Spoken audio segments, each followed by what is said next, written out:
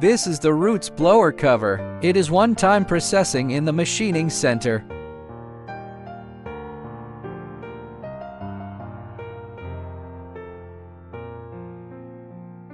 This is the impeller, under the rough processing.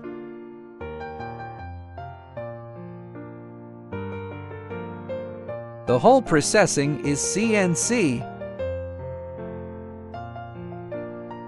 Here is the fine machining. After the fine machining, the impeller is finished.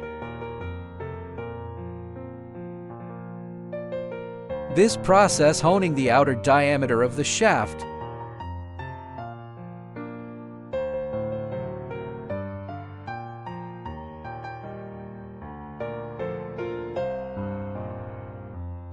Machining the blower parts holes.